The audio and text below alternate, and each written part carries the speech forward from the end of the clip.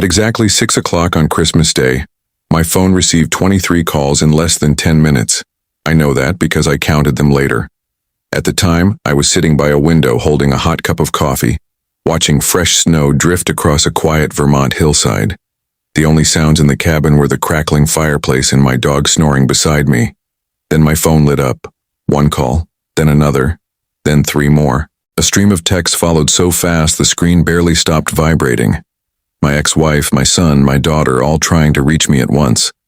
The strange part wasn't that they were calling. The strange part was that I knew exactly when those calls would start. My name is Warren Ashby. I'm 58 years old. For 15 straight Christmases, I paid for every holiday gathering my family demanded. The cabins, the food, the gifts, the extras nobody remembers until the bill arrives. Yet somehow I was always the problem. This Christmas I decided to stop doing one thing, and at 6 o'clock that evening, the consequences finally arrived. My ex-wife Eleanor and I divorced nearly 16 years ago. The marriage ended, but one tradition refused to die: Christmas. When Brandon and Natalie were younger, I understood why keeping that tradition alive mattered. I didn't want them bouncing between households during the holidays. So when Eleanor suggested renting a cabin in Aspen for Christmas, I agreed. The first year was actually nice. Everyone acted like a family again. Over time, the trips became less about being together and more about meeting expectations, and those expectations kept growing. The cabins got bigger, the catering got fancier, the gift lists got longer. One year, Brandon wanted designer sneakers, the next electronics, then watches, then things I couldn't pronounce. Natalie wasn't much different. Special items, special experiences, special upgrades. Even Eleanor had opinions about everything. The cabin needed a better view. The menu needed more options. Every year another expense waiting around the corner, and every year I paid it not because anyone thanked me, because I thought keeping the peace was worth it. The strange thing wasn't how much money I spent, it was how little appreciation came with it. If the weather was too cold, I heard about it. If a reservation wasn't perfect, somehow that became my fault too. Nobody ever asked how I was doing. Nobody asked whether I could afford another expensive Christmas. They only wanted to know one thing: was everything paid for? Little by little I understood a painful truth. They weren't excited to see me. They were excited to see what I was paying for. Last Christmas should have been the year everything finally went right. By the time Christmas Day rolled around, I had spent a little over $8,000, and honestly, I wasn't even upset about the money. For a few hours it looked like we might make it through without a complaint. I was wrong. After dinner, Brandon opened the designer watch I'd spent weeks searching for. He smiled for about 5 minutes, then started pressing buttons, checking the display. His expression changed. "Dad, what's wrong with this thing?" It stopped working. I figured it was a simple setting issue, maybe the battery needed charging. Brandon reacted like the watch had exploded. "You spent all this money and couldn't make sure it worked." The room went quiet. I tried to explain we could contact the retailer after the holiday. That made him angrier. Eleanor jumped in. "Honestly, Warren, this is exactly the kind of thing you do." "What does that even mean?" I asked. "You always cut corners somewhere."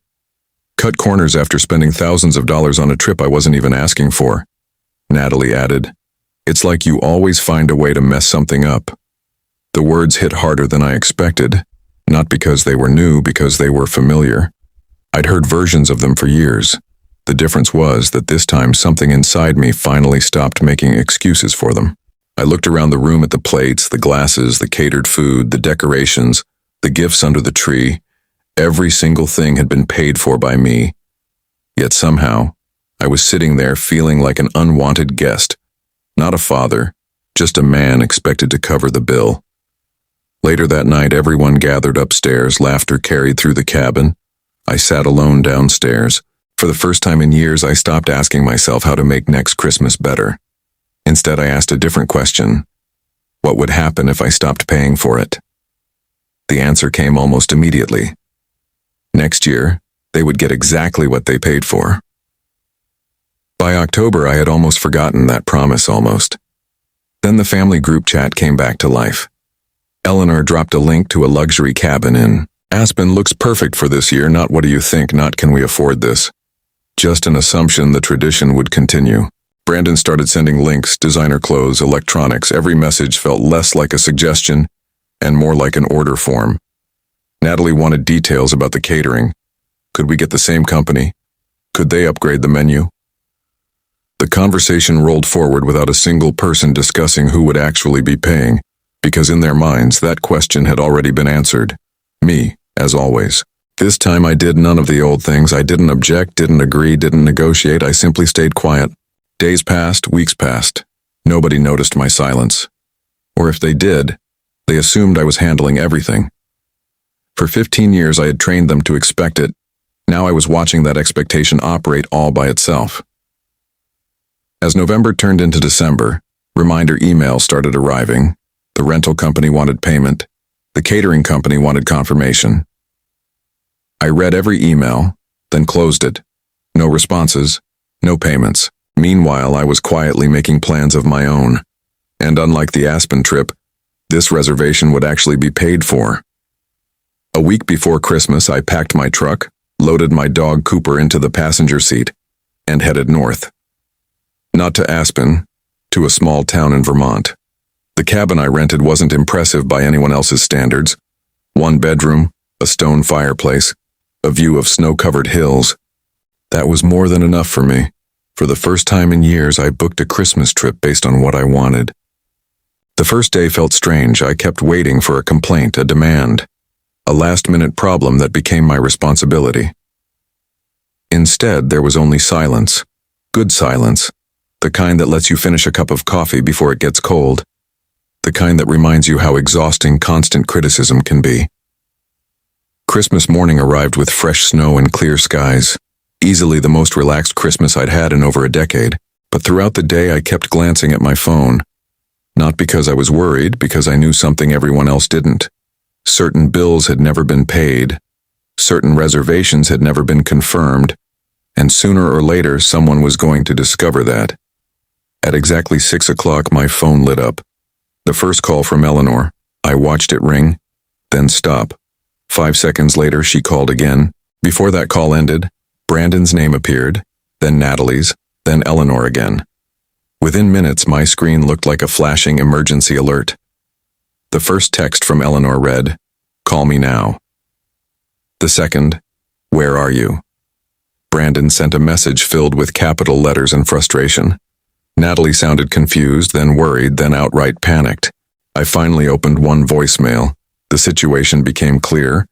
The cabin management company had refused entry.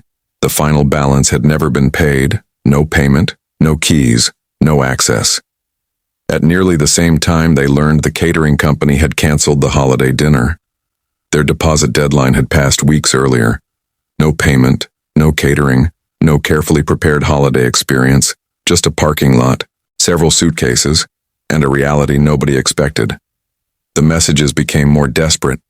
Eleanor wanted answers. Brandon wanted someone to blame. Natalie wanted a solution. What struck me most wasn't that they were upset. It was that every message assumed the same thing, that I would fix it. For years I had rescued every holiday crisis before it could become visible. This time there was nothing to rescue, only consequences. I could have answered immediately, could have found another cabin, another dinner, another last-minute solution. That was exactly what the old version of me would have done. Instead I stood up, poured myself a fresh cup of coffee, and returned to the window. Outside, snow drifted quietly across the hillside. Inside, my phone continued vibrating across the table. For once, I didn't rush to make everything better. Sometimes the most powerful answer is no answer at all. After nearly an hour of non-stop calls, I answered. Eleanor started demanding, "Warren, where are you? Why aren't we in the cabin?" Brandon jumped in. "This is ridiculous. Everyone's standing outside. The rental company says there's no active reservation." Natalie sounded exhausted. "Dad, can you please tell us what's happening?" I listened, not confused. It was the first time all day they'd sounded genuinely interested in hearing from me. "Did any of you pay for the cabin?" I asked. The line went quiet. Nobody answered. "Did any of you pay the catering company?" More silence. Then Eleanor, "That's not the point." I almost laughed because that was exactly the point. I thought whoever booked it paid for it, I said. Complete silence.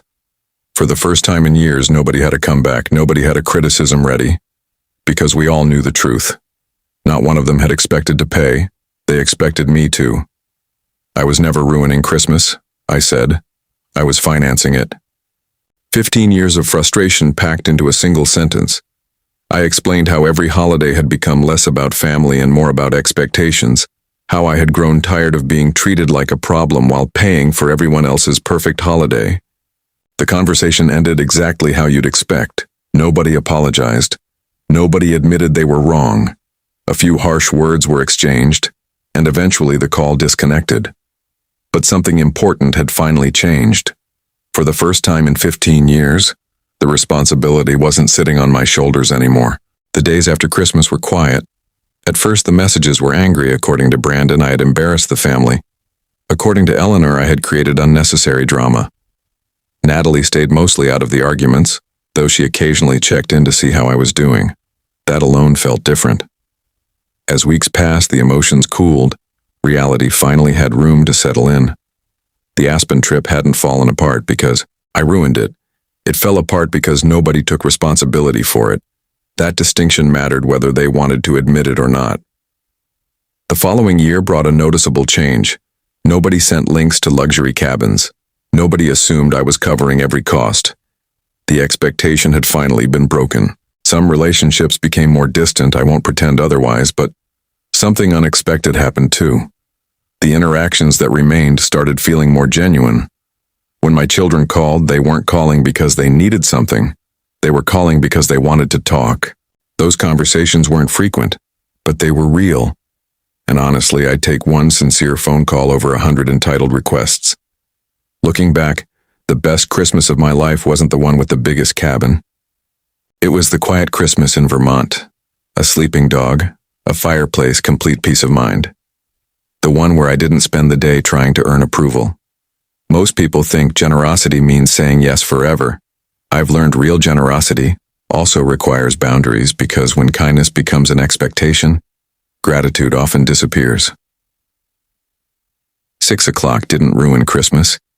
It simply revealed who thought Christmas belonged to me.